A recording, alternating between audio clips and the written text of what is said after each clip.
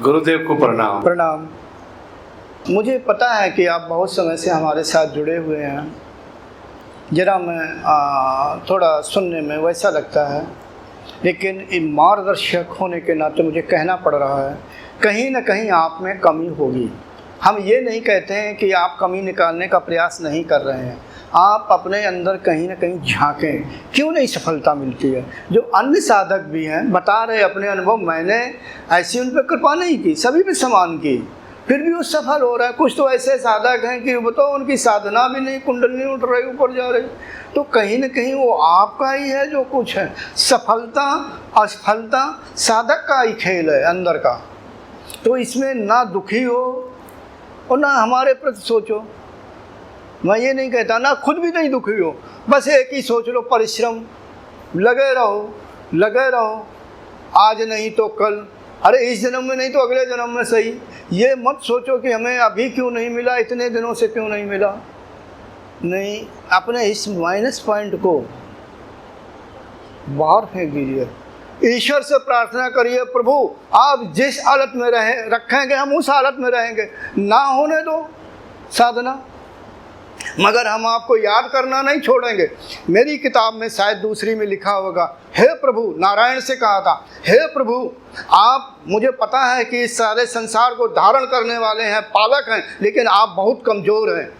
आप में इतनी सामर्थ्य नहीं है कि मेरे से योग छुड़ा दें। अगर आप में सामर्थ्य है तो मुझे योग से विमुख कर दें। ये परम सत्य है कि मैंने कहा था उनसे, और ये बहुत समय हो गया। उस समय मैं बीमार पड़ा था, उस समय मुझे खाना नसीब नहीं था। उस समय कहा था, मैंने कहा प्रभु मैं लंगोटी लगा लूँगा, योग नहीं छोड़ूंगा। अगर बीमार हूँ, मुझे कोई इससे वो नहीं है, ये शरीर रोगी तो होगा, इस शरीर में रोग लगे रहते हैं। मैं बिल्कुल नहीं कुछ मांगूंगा कि निरोगी हो, मगर एक, मैं आपको छोड़ूंगा नहीं, याद करता रहूँगा। और तब तक याद करता रहूँगा जब तक मुझे इतना भान रहेगा कि हाँ मैं हूँ।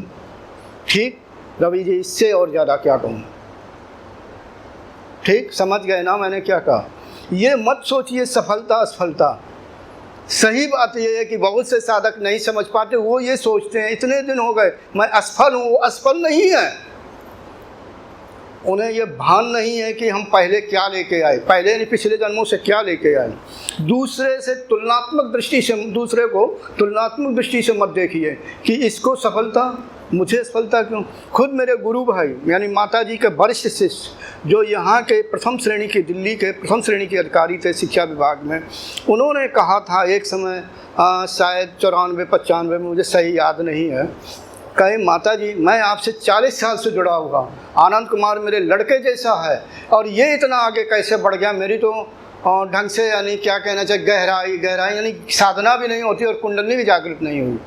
मेरे सामने कहा, तो माता जी ने उन्हें समझाया। खैर कोई बात नहीं, वो एक अलग, यानी कहने का मेरे खुद गुरु भाई का ये ऐसा था। आजकल इस शरीर में नहीं है। तो मैं आपको कहता हूँ, आप अगर ये सोच रहे हो कि मैं अभ्यास करता हूँ, असफल क्यों हूँ, आपका भ्रम है। ये भी तो हो सकता है कि आप, ये लोग 10-10 किलो बोझा लेके आए हों, इस जन्म लिया, हो सकता है कि आप 1 कुंतल बोझा लेकर आए हों, यानी 100 किलो का बोझा लेकर के आए हों और उसी से निपट रहे हों, अर्थात अपने बोझे को कम कर रहे हों, अपनी कर्मों की गठरी को कम कर रहे हों।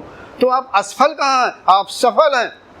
ठीक है रवि जी, अगर आप तो प्रोफेसर हैं, आप समझिए, हताश मत होइए। जो साधक हताश हो जाता है, बेकार, मनुष्य जीवन बेकार। अगर मनुष्य को सफल होना है, कभी हताश नहीं होना चाहिए, निडरता से लगे रहना चाहिए।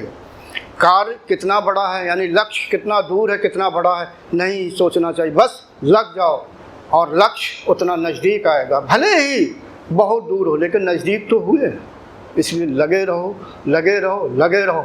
अगर लगे रहोगे, अभी नहीं, इस जन्म में नहीं, अगले जन्म नहीं, 10 जन्म नहीं, 20 जन्म नहीं, एक दिन प्रकट परास्त हो जाएगी। ठीक है, मैंने ऐसे योग नहीं किया, मेरी शैली देखो। हाँ, मैं ऐसे ही, जैसा मैंने योग कठोरता के साथ किया, और ऐसे ही मार्गदर्शन करता हूँ, जैसा कि आप सभी और साधक जानते हैं। जो मैं कहता हूँ करके छोड़ देता हूँ, मतलब करके दिखाता हूँ, छोड़ देता नहीं, करके दिखाता हूँ। मगर ऐसे नहीं, साधना भी उतनी कठोरता से करता हूँ। अगर मेरे से गलती होती है, उस गलती की सजा मैं अपने को भी देता हूँ। अगर मेरे से किसी व्यक्ति के लिए अगर गलत शब्द एक धोखे से, मजाक से निकल गया, उस समय भले ना बोलूं, लेकिन बाद में कहीं ना कहीं मैं अपने को सजा देता हूं। कैसे निकल गया, आखिरकार मेरे अंदर की ऐसी वृत्ति क्या पड़ी हुई थी जो ऐसा निकल गया। मतलब कहने का कि मनुष्य को कभी हताश नहीं होना चाहिए, हमेशा दृढ़ निश्चयी होना चाहिए और लगे रहना चाहिए। और ये शिक्षा जानते मैंने किससे पाई है? राक्षसों से। आप कहेंगे गुरुजी क्या कह रहे हैं, ये उल्टी पुल्टी बातें लेकर।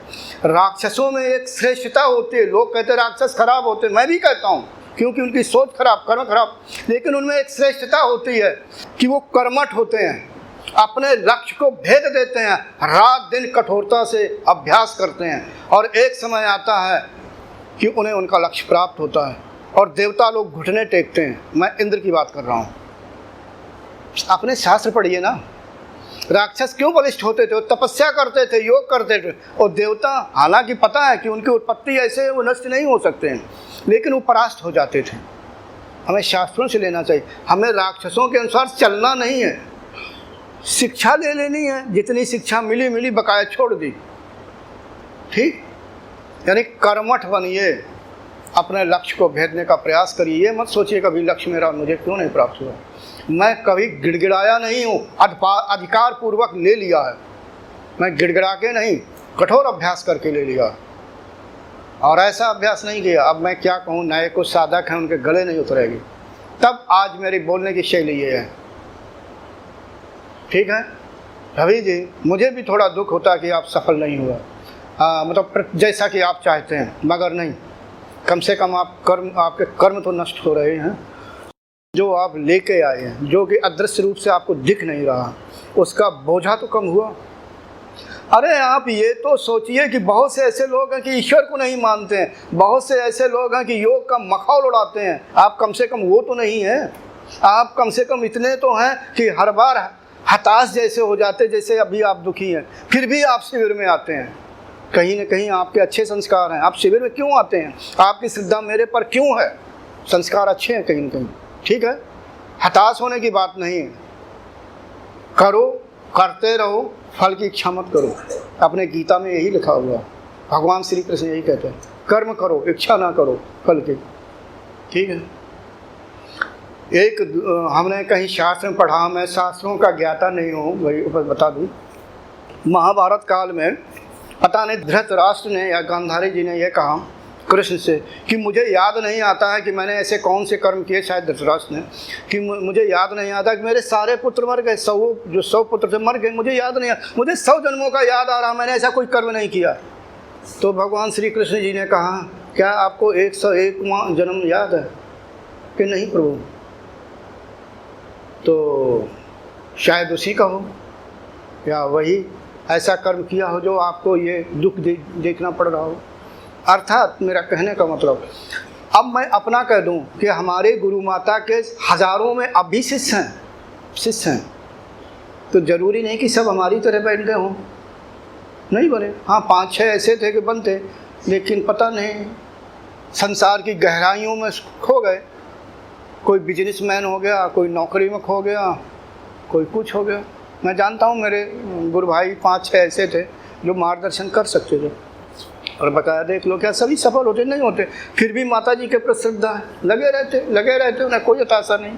तो रवि जी हताश मत होइए, लगे रहिए और ईश्वर से कहिए, प्रभु हमें फल की कोई इच्छा नहीं, मगर हम आपको छोड़ेंगे नहीं, ठीक है। और इससे ज़्यादा और मैं क्या समझाऊँ। Thanks for watching. Remember to like, comment and subscribe.